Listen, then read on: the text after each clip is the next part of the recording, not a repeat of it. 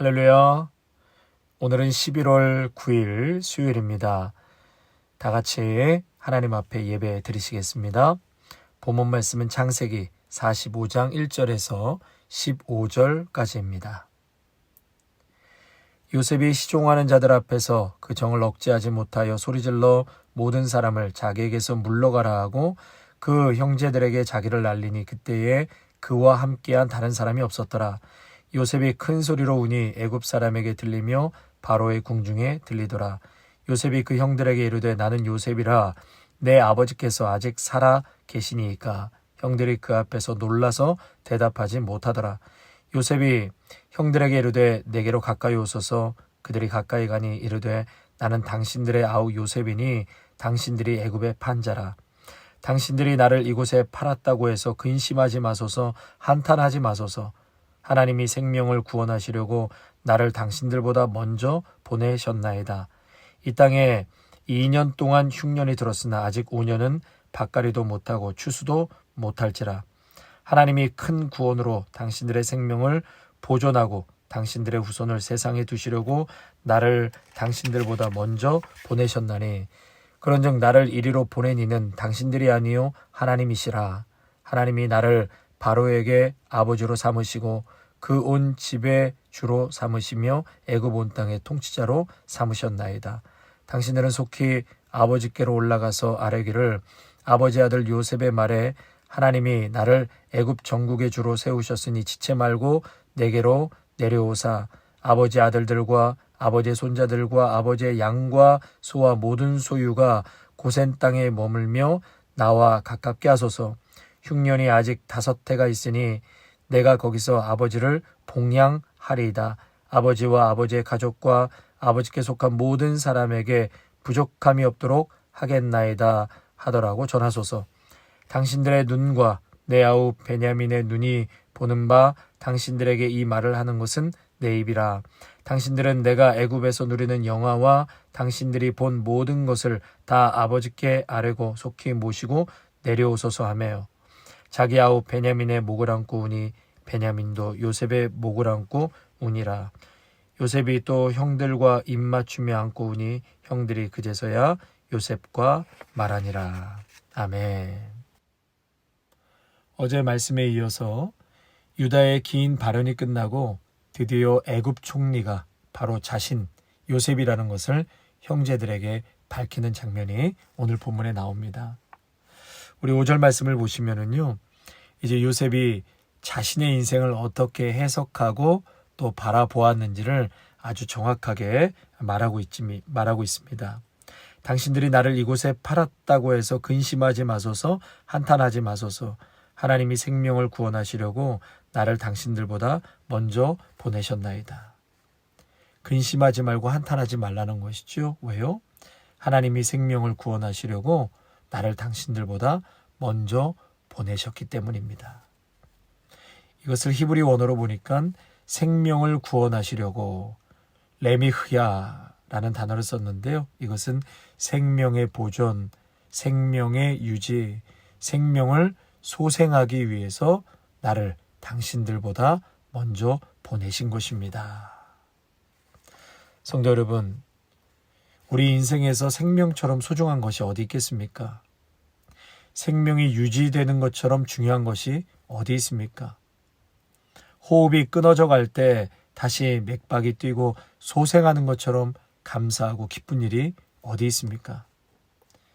우리 하나님께서는 우리의 생명을 주관하시고 그 생명을 유지시키시며 또한 호흡이 끊어져 갈 때 혹은 살 소망이 사라져 갈 때 하나님께서는 우리의 영혼을 소생시켜 주십니다. 아멘. 생명과 그 생명의 유지와 소생은 우리의 삶의 근원적인 것입니다. 그런데 그것이 누구의 손에 달려 있습니까? 하나님의 손에 달려 있습니다. 그러므로 우리의 인생의 설계, 또 이 땅의 설계를 하나님의 뜻에 맞춰서 살아갈 때 가장 행복하고 가장 안전한 줄로 믿습니다. 시편 23편 3절에 내 영혼을 소생시키시고 자기 이름을 위하여 의의 길로 인도하시는도다. 아멘. 우리 계속해서 이 5절 말씀 하반절을 보시면은요. 나를 당신들보다 먼저 보내셨나이다.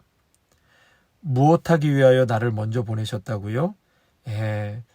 하나님이 당신들의 생명을 구원하시려고 나를 먼저 보내셨다. 지금 요셉은 자신의 인생 여정을 이렇게 바라보고 해석하고 있는 것이죠. 그러나 실제로 요셉의 삶의 여정을 보면은요, 그것을 하기 위해서 축복 속에서 이 애굽 땅으로 보내졌습니까? 전혀 그렇지가 않지요. 그 시작은 너무나 참혹했습니다. 형제들에게 살인을 당할 뻔했지요. 가족에게 계획적으로 살해될 뻔했습니다. 돈을 받고 팔렸습니다. 애굽에 가서는 강간 미수범으로 억울하게 옥살이를 했습니다.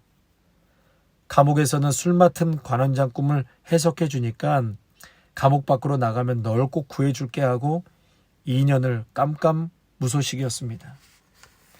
세상적인 눈으로 봤을 때는 참 이렇게 기구한 인생이 없습니다.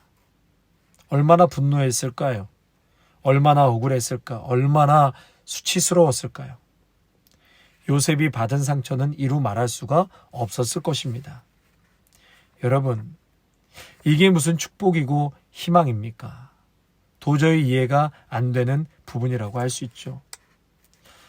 때로는 우리의 생각과는 너무나 다르게 일하시는 하나님 때문에 사실 우리가 많이 갈등할 때가 있습니다.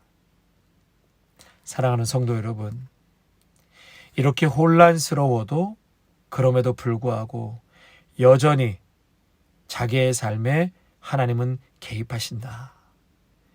이해가 되지 않고 납득이 되지 않는다 할지라도 여전히 나의 삶에 하나님은 개입하신다.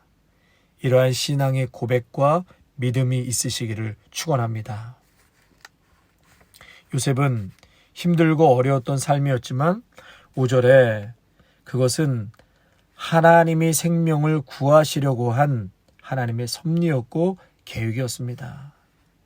또 7절에 이 땅에서 형님들의 자손들을 보존하시고 큰 구원을 베푸셔서 형님들의 목숨을 살리시려고 하나님께서 미리 저를 보내신 것입니다. 우리가 지금까지 납득하고 머리로 이해해서 이곳까지 올 수 있었습니까?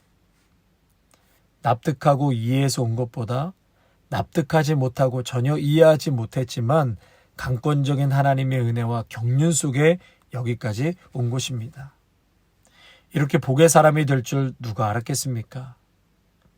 그러니까 우리 성도님들도 이러한 요셉과 같은 이러한 고백이 꼭 있으시기를 바랍니다.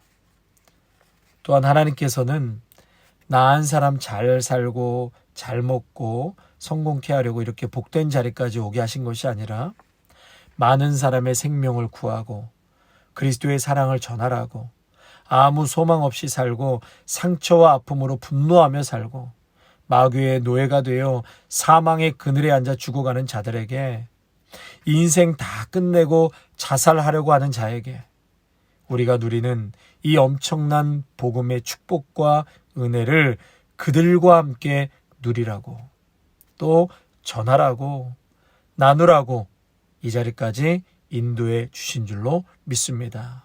할렐루야. 저 역시 이 엮이는 가정에서 자랐고 또 어려운 환경 속에서 자랐지만 지금의 저를 하나님께서 빚어가셨고 저 같은 자를 예수님의 십자가 복음을 전하는 주의 종으로 삼으셨다는 것 자체가 기적입니다. 기적. 이렇게 귀한 성도님들을 섬기라고 아름다운 기회를 허락해 주신 것을 볼 때 이것이 기적이 아니겠습니까? 예수 그리스도의 생명을 전하고 성도들의 믿음을 보존케 하고 소망 없이 죽어가는 영혼을 소생케 하라고 어려운 가정 환경을 경험하게 하셨고 그 상처를 사용하셨다는 것입니다. 고난을 통해 낮추시고 또 낮추셔서 오직 하나님만을 붙들고 살라고 너에게 그 사명이 생명이야. 반드시 믿음의 성도는 이것을 알아야 합니다.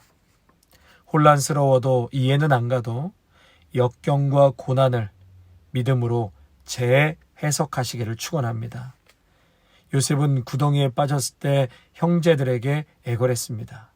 그러나 지금은 하나님이 보냈다라는 이 고백을 통해 자신의 아픈 기억을 재해석하고 있습니다. 이사야 55장 8절과 9절에 여호와의 말씀에 내 생각은 너희 생각과 다르며 내 길은 너희 길과 달라서 하늘이 땅보다 높음같이 내 길은 너희 길보다 높으며 내 생각은 너희 생각보다 높으니라. 아멘. 여러분, 두 번째로 함께 나누고 싶은 것은요, 요셉은 오늘 말씀에 보면 그렇게 웁니다. 요셉의 감정 변화를 순차적으로 볼 수가 있는데요.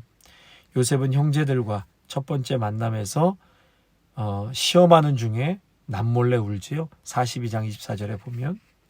두 번째로 베냐민 이야기를 듣고 마음이 타는 듯하여 형제들이 없는 곳에서 또 웁니다. 43장 30절에. 그리고 드디어 오늘 본문에서 세 번째 형제들과 대면하는 상황에서 더 이상 감정을 억제하지 못하고 큰 소리로 웁니다. 옛날 개역 성경에서는 요셉이 방성대곡하니 이렇게 표현했습니다. 오늘 우리 말씀에는요, 요셉이 큰 소리로 우니라고 했는데 방성대곡하니 애굽 사람에게 들리며 바로의 궁중에까지 들렸다. 또 14절과 15절에 자기 아우 베냐민의 목을 안고 우니 베냐민도 요셉의 목을 안고 우니라. 요셉이 또 형들과 입맞추며 안고 우니 형들이 그제서야 요셉과 말하니라.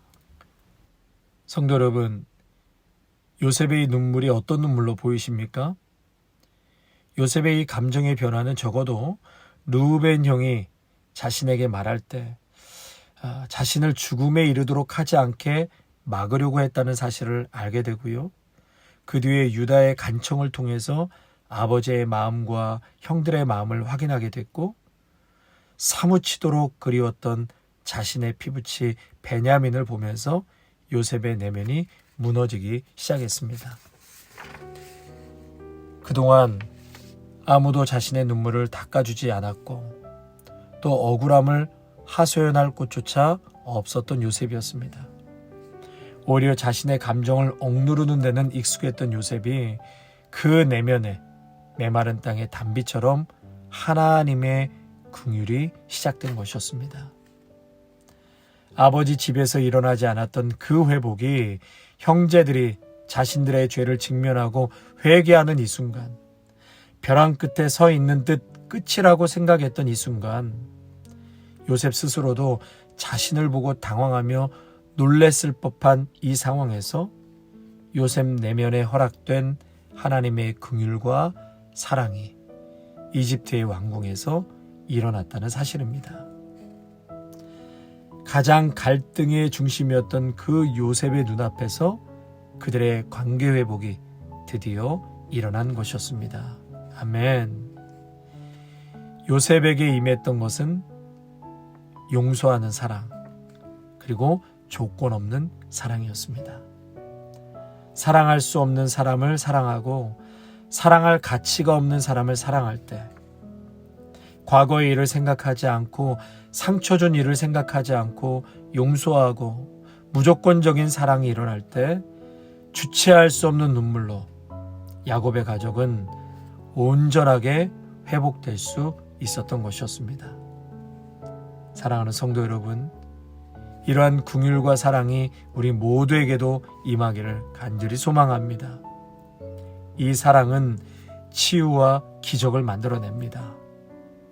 이 사랑은 죽었던 사람을 살리고 절망했던 사람을 끌어내며 희망 없던 사람에게 희망을 불어 넣어주는 사랑, 그 긍휼이 되었던 것이었습니다.